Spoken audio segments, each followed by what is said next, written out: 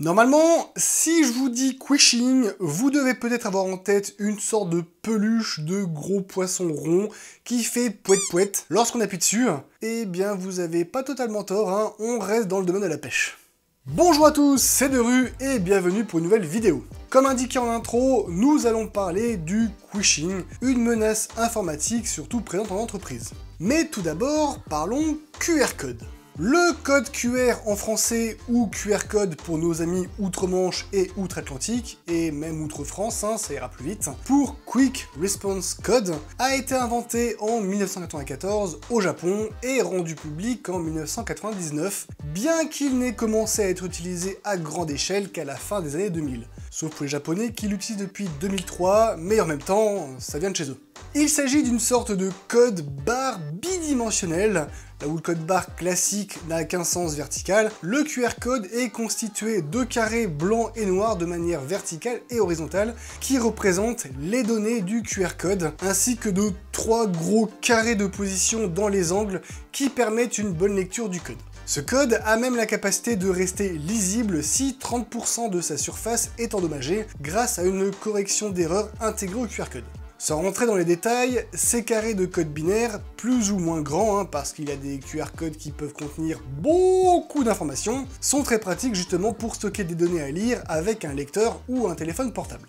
Ils permettent par exemple d'accéder à des cartes de restaurant ou de bar, soit en les téléchargeant, soit directement sur un site internet, des cartes de visite, des enquêtes de satisfaction et beaucoup d'autres choses, dès l'instant que l'objet converti en QR code est accessible via internet. Et c'est bien là qu'est le problème. Là où un code barre en boutique fait juste référence à un produit enregistré dans la base de données des produits en stock d'un magasin, le lien ou l'objet vers lequel redirige un QR code est incertain. On ne peut pas savoir à l'avance vers quoi il va nous envoyer.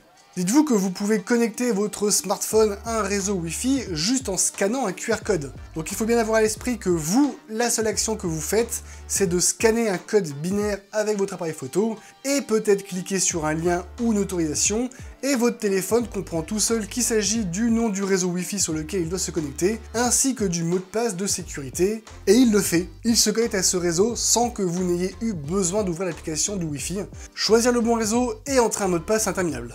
Tout se fait automatiquement juste en scannant un code. Maintenant, imaginez ce qu'il pourrait arriver si des petits malandrins s'amusaient à éparpiller ou envoyer des QR codes malveillants. Comme c'est le cas avec n'importe quelle technologie qui prend l'ampleur, hein, et vous inquiétez pas, hein, c'est bientôt vrai aussi pour l'IA, hein, si ce n'est pas déjà le cas. Le QR code a très rapidement attiré l'attention des cybercriminels. C'est tout bénef, hein. Visuellement, un QR code malveillant ne peut pas être différencié d'un QR code légitime, à moins que vous ayez des yeux bioniques qui arrivent à lire le binaire, hein. Et c'est une technologie qui demande peu, voire pas d'action de la part de l'utilisateur une fois scanné. C'est ainsi que fut créé le Quishing, le phishing au QR code. Le principe est tout simple, cela fonctionne exactement comme du phishing de base, hein, à ceci près que certains gredins arrivent à savoir en amont quelle technologie ou solution de sécurité utilise une entreprise pour s'adapter. Je vais rentrer un peu plus dans les détails, hein, vous inquiétez pas. Hein. Dans le principe, le fonctionnement d'un Quishing est similaire à un mail de phishing. Vous recevez un email vous racontant quelque chose d'important et vous mettant l'impression, mais au lieu de trouver un lien internet, vous constatez la présence d'un QR code que vous vous empressez de scanner. Remarque, hein, les mails de Quishing sont très peu adaptés aux boîtes mail sur téléphone. Je sais pas si vous avez déjà essayé, mais c'est pas facile de scanner le QR code apparaissant sur l'écran du téléphone avec l'appareil photo de ce dernier. Suite à la lecture de ce QR code, vous vous retrouvez sur un site et vous remplissez studieusement les champs que l'on vous demande de remplir. Et paf, ça fait des chocs à pic. Vous vous êtes fait avoir sur un site de phishing via un mail de Quishing. Le piège avec ce genre de technique, c'est qu'on fait moins attention à l'adresse d'un site internet sur un téléphone par rapport à un ordinateur à cause entre autres de la taille de l'écran.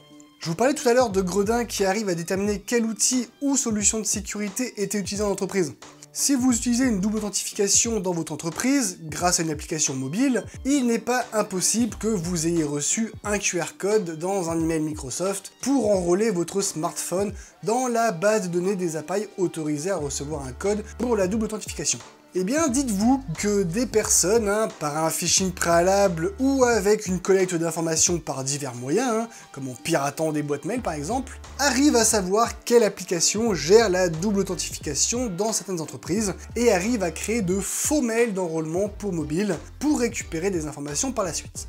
Bon, et bien entendu, les QR codes malveillants peuvent également vous faire télécharger des fichiers malveillants, des applications verrouillées, récupérer certaines informations, etc. Donc pour s'en protéger, parce qu'on ne va quand même pas arrêter d'utiliser les QR codes, ce serait dommage parce que c'est quand même bien pratique, il y a plusieurs réflexes à avoir. Déjà, peu importe la taille de l'écran et la praticité de l'application utilisée, on vérifie toujours sur quel site un QR code nous a redirigé, ou va nous rediriger.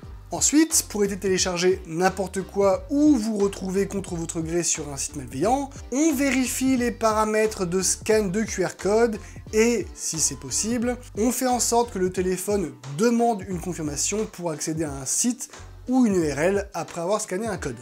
Il existe des applications de scan de QR code, et c'est sûrement possible avec la fonction de base sur les smartphones, qui vous indiquent le lien vers lequel redirige un QR code.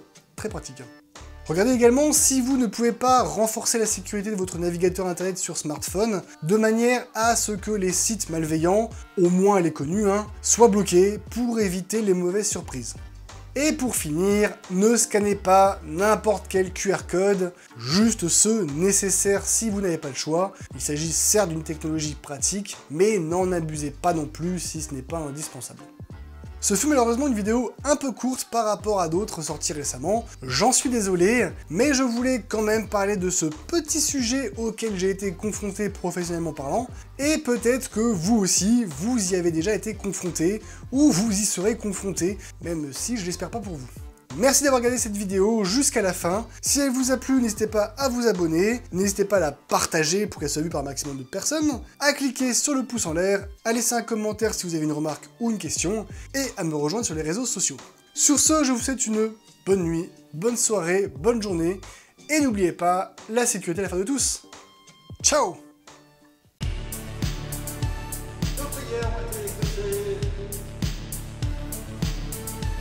Insérer blague sur Apple ici. Blague sur Apple ici. Bon, c'est bon, ça va, on a compris. On voit mes tétés. On voit les tétés.